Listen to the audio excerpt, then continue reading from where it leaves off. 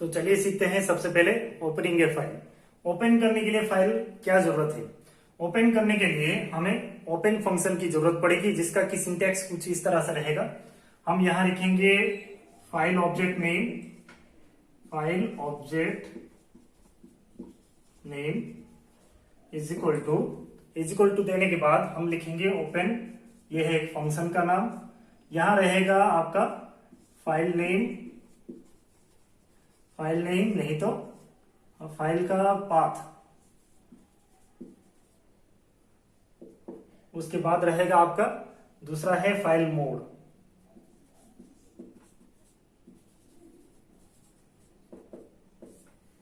इतना रहेगा आपका फाइल ओपन करने के लिए। तो मैं आपको एक छोटा सा एग्जांपल देके सिखाता हूं फाइल ओपन करते कैसे हैं। मान लीजिए फाइल ऑब्जेक्ट का नाम ले लेता हूं मैं f is equal to open, वो फंक्शन का नाम रह गया। मान लीजिए मैं फाइल का नाम जो खोलने वाला हूं उसका नाम है myfile.txt, myfile.txt। ये रह गया फाइल का नेम। उसके बाद जो है फाइल मोड की बात मैं करूं, फाइल मोड होगा w, अगर मैं फाइल को राइट करने के लिए खोल रहा हूं। आप यहां सोचते होंगे ये डबल कोट कभी दे दिया कभी सिंगल कोट, कोई फर्क नहीं पड़ता। आप डबल कोट दीजिए या सिंगल कोट दीजिए, दोनों काम करेगा। आप यहाँ पे मोड जो है ये एक आपका डिसाइड करता है फाइल किस तरह से बिहेव करेगा। ये राइट करने के लिए मोड में खोला हूं, तो इसमें फाइल में जाके कंटेंट में डाल सकता हूं। फाइल से डाटा रीड करना चाहता हूं तो ये W की जगह मैं लिख दूंगा R। यहाँ पे R लिखूंगा तो फाइल से मैं डाटा निकाल सकता हूं, बाहर निकालूंगा डाटा। अगर फाइल में डाटा डालना चाहता हूं तो मैं वहां पे W लिखूंगा।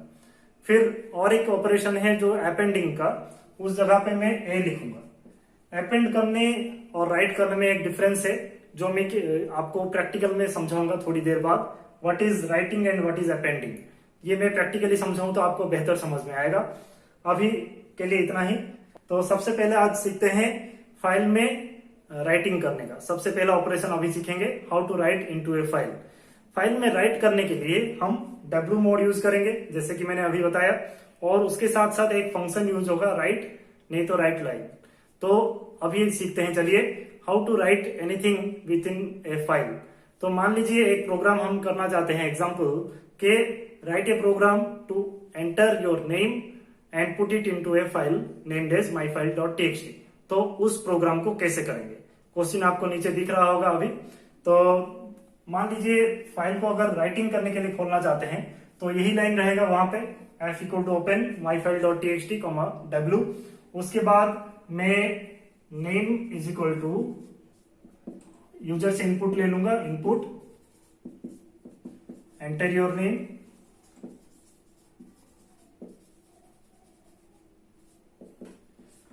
ये देखते ही यूजर एक नाम एंटर करेगा और वो नाम यहाँ नेम बोल के जो वेरिएबल है उसमें सेव हो जाएगा। उसके बाद मैं क्या करूंगा, राइट फंक्शन यूज करूंगा, f.write। यहां पे मैं लिखूंगा नेम। तो ये क्या करेगा ना, ये डाटा जाके फाइल के अंदर सेव हो जाएगा। और एक चीज, फाइल को बनाने के बाद हमेशा क्लोज कर लीजिए। जब प्रोग्राम खत्म हो जाए, फाइल में डाटा ऑपरेशन सारा खत्म कर लिया, फाइल के साथ हमारा सारा ऑपरेशन खत्म हो गया, तो हम लास्ट में क्लोज कर लेते हैं। तो अभी ये चीज प्रैक्टिकली कैसे काम करता है हम सीखते हैं प्रैक्टिकल में।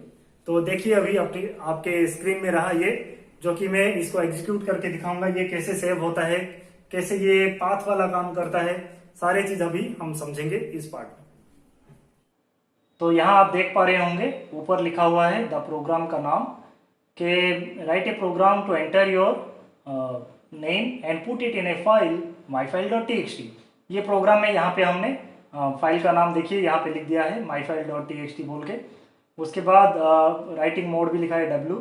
फाइल का नाम यहाँ इनपुट लेंगे और उसको राइट फंक्शन के जरिए फाइल के अंदर राइट करवा देंगे। तो अभी हम चेक करेंगे प्रैक्टिकली ये काम कैसे करता है।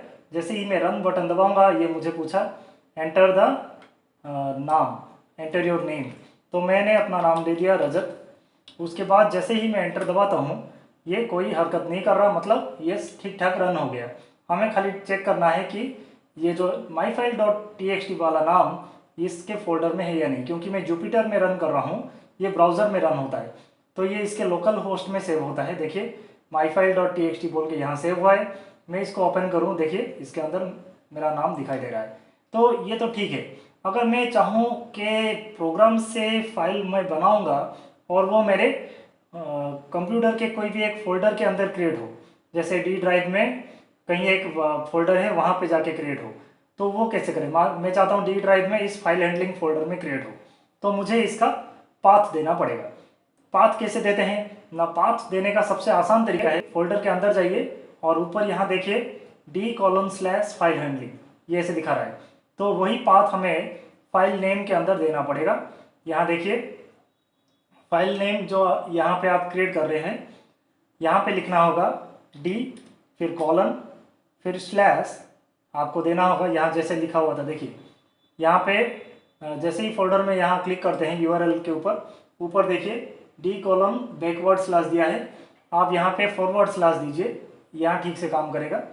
d:/फाइल हैंडलिंग, वो फोल्डर का नाम है फाइल हैंडलिंग, देखा आपने, d:/फाइल हैंडलिंग और एक slash my file dot T x T. D है आपका ड्राइव का नेम, उसके बाद है फोल्डर का नेम, और उसके बाद आ जाता है आपका फाइल का नेम। बहुत इजी है, इतना देके मैं करूँगा। अभी इसको फिर से रन करूँगा तो आप देखिएगा फाइल हैंडलिंग फोल्डर में my file dot T x T बोल के एक फाइल क्रिएट हो जाएगा और उसी नाम से वो रन होने लगेगा। देखिए रन किया मैंने, मैं अभी यहाँ दे देता हूँ रजत, फिर एंटर दबा दिया। अभी हम जाते हैं डी ड्राइव में और चेक करते हैं। ये हमने माई कंप्यूटर गए, डी ड्राइव गए, फाइल हैंडलिंग फोल्डर गए, उसके बाद यहाँ देखिए my file dot T x T बोल के एक फाइल है, उसके अंदर लिखा है देखिए रजत।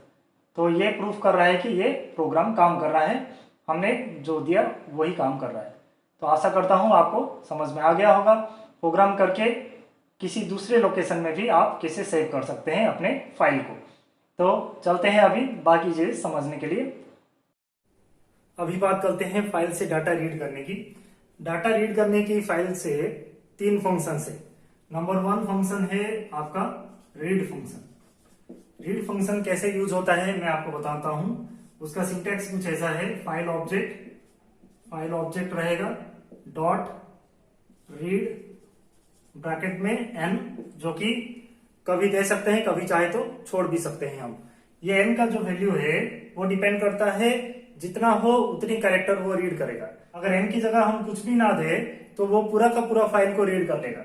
जैसे कि मैं बताऊं, हम नॉर्मली ऐसे लिखते हैं f is equal to open. मान लीजिए ये फाइल है मेरा और इसमें ये 4 लाइन लिखा है, इसके ऊपर मैं रीड फंक्शन अप्लाई कर रहा हूं, तो मैं यहां लिखूंगा my file dot T x T, उसके साइड में रीड मोड आर, उसके बाद मैं s इज इक्वल टू लिख दिया f डॉट रीड, तो उसके बाद प्रिंट s। इतना लिखते ही मुझे पूरा का पूरा ये कंटेंट जो लिखा है फाइल के अंदर, पाइथन इज इंटरप्रेटेड लैंग्वेज से स्टार्ट करके विद डायनेमिक सीमेंटिक्स, ये पूरा मुझे आउटपुट स्क्रीन में नजर आ जाएगा। आप अपने आउटपुट स्क्रीन में देख सकते हैं, अभी ये रहा।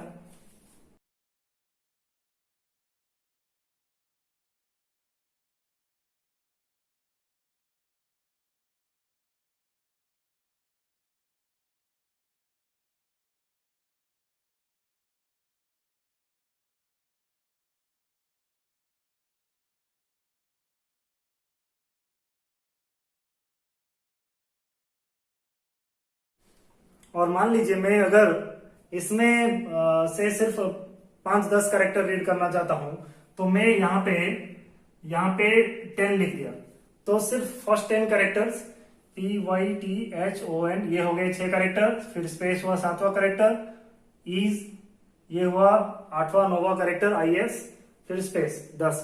यही 10 कैरेक्टर आपको स्क्रीन में दिखाई देंगे। ये रहा वो आउटपुट स्क्रीन में।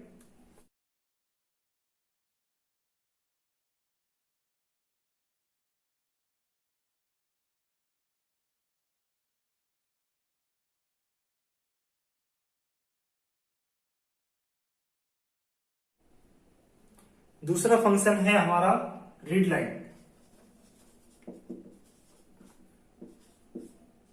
इसका भी सिंटैक्स कुछ उसी प्रकार का है। F dot read line file object dot read line bracket में एन। यहां भी आफ्टर फाइल ओपनिंग हम अगर इसको अप्लाई करेंगे तो ये क्या करेगा ना, एक ही लाइन को रीड कर सकता है, मैक्सिमम टू मैक्सिमम एक लाइन, और नंबर ऑफ कैरेक्टर जो हम देंगे उस हिसाब से number of character from that line वो रीड करेगा। जैसे कि एफ इक्वल टू ओपन हम लिखते थे, यही फाइल को अगर खोलना है myfile.txt, फिर रीड मोड आर, उसके बाद s equal to f dot read line print s. इतना करते ही ये क्या करेगा ना, पहला लाइन को रीड कर लेगा। ये क्या करता है ना, रीड लाइन फंक्शन, जो हर लाइन के एंड में एक न्यू लाइन कैरेक्टर होता है स्लैश एन, हर लाइन के एंड में यहाँ पे एक स्लैश एन होता है हर लाइन में, up to that slash n वो रीड करता है। ये तो लास्ट लाइन है, यहाँ पे नहीं होगा। हर लाइन के एंड में एक स्लैश एन कैरेक्टर होता है, अप टू दैट कैरेक्टर ये रीड करता है। अगर मैं इसके अंदर मान लीजिए 10 लिख दिया, तो 10 अगर स्लैश एन से पहले आ जाता है 10 कैरेक्टर, तब वो रीड कर लेगा। मैं 10 की जगह अगर 100 भी देता हूं तो भी वो अप टू जितना कैरेक्टर उस लाइन में है उतना ही रीड करेगा, उससे ज्यादा रीड कर ही नहीं सकता। ये मैं आपको आउटपुट स्क्रीन में दिखा सकता हूं, ये रहा।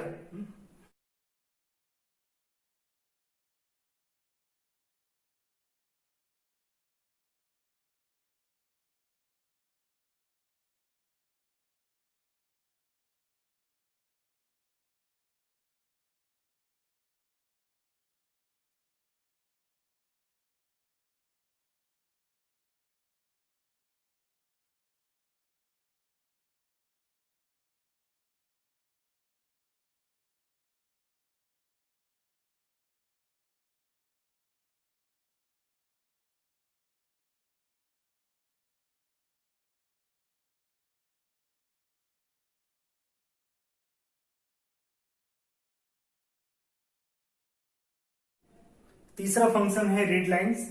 ये क्या करता है ना, ये भी वैसे ही अप्लाई होता है जैसे कि इससे पहले था, file object dot read lines. ये क्या करेगा ना, पूरा फाइल को रीड करके एक लिस्ट में कन्वर्ट कर देगा। जैसे देखिए जैसे आप पहले लिखते थे F equal to open myfile.txt, ये रहा रीड मोड। उसके बाद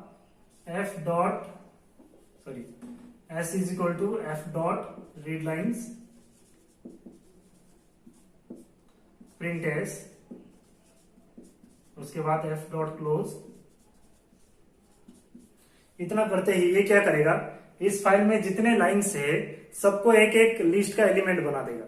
तो इसमें 4 लाइन है, तो उस लिस्ट, ये जो एस क्रिएट हुआ लिस्ट रीड लाइन्स के जरिए, ये एक लिस्ट क्रिएट करेगा। उसमें 4 लाइन्स होंगे जो कि 4 एलिमेंट हुए, एक एक एलिमेंट हुआ, पहला लाइन हुआ एक फर्स्ट एलिमेंट, ये दूसरा, फिर ये तीसरा लाइन, ये चौथा लाइन। चारों लाइन एक एक एलिमेंट बन के उसमें स्टोर हो जाएंगे, जो कि आप आउटपुट स्क्रीन में देख सकते हैं। ये रहा।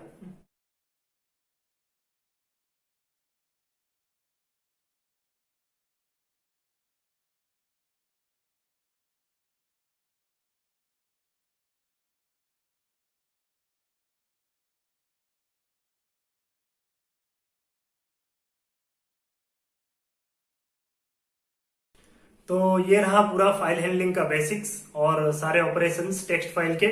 आशा करता हूं आपको बेसिक्स पूरा समझ में आया होगा। अपने अगले वीडियो में हम बात करेंगे जो प्रैक्टिकल बुक के एक्सरसाइजेस के क्वेश्चन है, जो आउटपुट क्वेश्चन हुआ या एरर फाइंडिंग क्वेश्चन या कुछ प्रोग्रामिंग क्वेश्चन है, उन सबको सॉल्व करेंगे अपने आने वाले वीडियो में। तो आज के वीडियो में इतना ही रहा। बहुत जल्दी मिलते हैं अगले वीडियो में। तब तक के लिए धन्यवाद और thanks for watching my videos.